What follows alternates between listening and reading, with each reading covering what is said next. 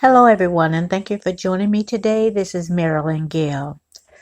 Before we get started, I'd like to remind everyone if you have not subscribed, please do so now and hit the notification bell. Now, let's talk about this story.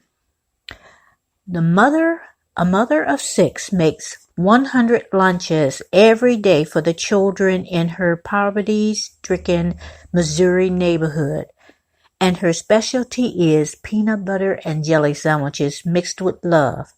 A mother with 6 children of her own has spent the past 5 years preparing 100 lunches every day for the youngsters in her poverty-stricken Missouri neighborhood.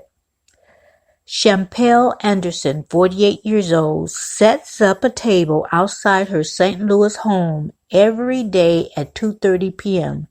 so the children have something to eat as soon as they get off their school bus. She fills up 100 brown paper bags with peanut butter jelly sandwiches, cookies, fruit, and juice. Those kids are waiting on me. I have to be out there because they are so excited, she told Good Morning America. They don't know what's going to be in the bags, so they get off the bus and take off running. Anderson said she loves to provide special treats for the children when she can, and if she can afford it, it will often include ham or turkey sandwiches. Her specialty, though, is peanut butter and jelly. I don't just put on the peanut butter and then the jelly, she said. I mix it up with love, and they love those sandwiches. It is sometimes the only meal the children would eat that day. Anderson works in healthcare and has 6 children of her own and has been making food for the children in her neighborhood for 5 years.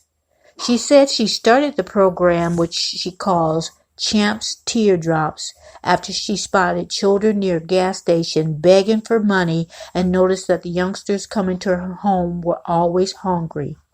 A group of people around each other. She fills up 100 brown paper bags with peanut butter, jelly, cookies, fruit, and juice. I'm not sure why the article repeated that, but it did. But it also says what the article said before, because the children would be hungry. They would go hungry because that may be the only meal they get that day. With a stack of flyers on her table, Anderson says she loves to provide special treats for the children when she can, and they will often run from the school bus to see what she has for them each day. Anderson said she has an open door policy at her home, which means the children can stop by before or after school if they are hungry. Sometimes kids get a bag and come back to my house around 7 p.m. because that may be the only meal they have during the day, she said. They ask for another bag, and I say, of course. Anderson said her dreams is to travel to other neighborhoods and provide food for children there as well. A GoFundMe page has been set up to help Anderson buy food to give to the children. It has already raised more than $39,000 since it was set up last month. Now, guys, I love stories like that. That's something that makes you feel good. There's always someone in every neighborhood, it seems like, that has a big heart that looks out for everyone. And I am so glad that Miss Anderson is looking out for those children. She didn't mention the circumstances. She just said it was a poverty-stricken community. And that could mean a lot of things, not only the lack of employment, the lack of money. It can include a lot of things, the reason why these children are not being fed. It's just hard for me to understand, and maybe you guys can give me some clarity on this, but I just can't understand why the children, the schools, well, I don't know about Missouri, but I do know about California where they provide lunches for children, if you're under a certain income range. And then I know there's programs like food food stamps.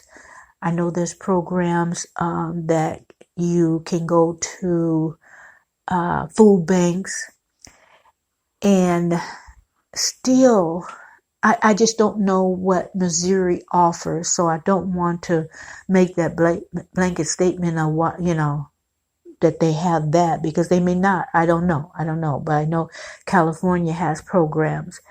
But whatever the case is, there's women, there's people like Miss Anderson that's going to see that children are being fed. Because when you're hungry, you can't concentrate. If those kids are hungry in class, that information is not going to be retained. They are not going to remember, because their focus will be on their hunger. I mean, I know there's exceptions to the rule, but for the most part, I can't see them concentrating on their studies.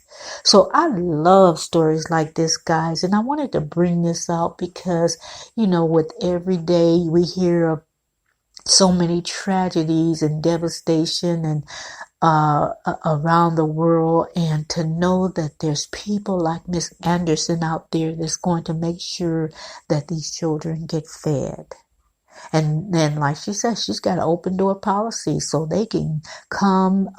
She said they come around 7 and she feeds them again. So if you would like to know what the GoFundMe information is, I didn't want to just put that, say that in the article. I don't want to pressure people or, into giving, whether you can or not, but I will leave the link of the article in the description box. And therefore you can, when you read the article, you can decide what you want to do one way or the other. That's up to you. No pressure here. But I do remember, one thing I do want to point out, I do remember in my neighborhood years ago when I was younger, and there's actually preteen, and there was a man and woman in our community that used to set up activities for the teenagers to, keep them out of trouble. And we'd go skating, and that's really all I did. But I think they had like a baseball team, and just things that would keep the children, the teens and the preteens from getting into trouble for lack of activities. Something to take their mind off of, like boredom. There was nothing to do in this town. And basically in my little town, there was very little to do. The movie theater was not walking distance. Most kids now can go to McDonald's on their bike or walk to McDonald's and congregate somewhere. We didn't have Starbucks then, so we didn't go to Starbucks, and there was not laptops and cell phones. So that was out. No social media. So, okay, I'm getting, it sounded like I was in stagecoach days, but guys, cell phones and computers, they were not, the computers were in the big companies, I put it that way. So the average person did not have a computer. The average person, didn't have a cell phone. I think, as cell phones became popular, the only people that had cell phones was doctors and pimps. So, I shouldn't have said that, but that's the truth. That's the truth. So anyway, or drug dealers.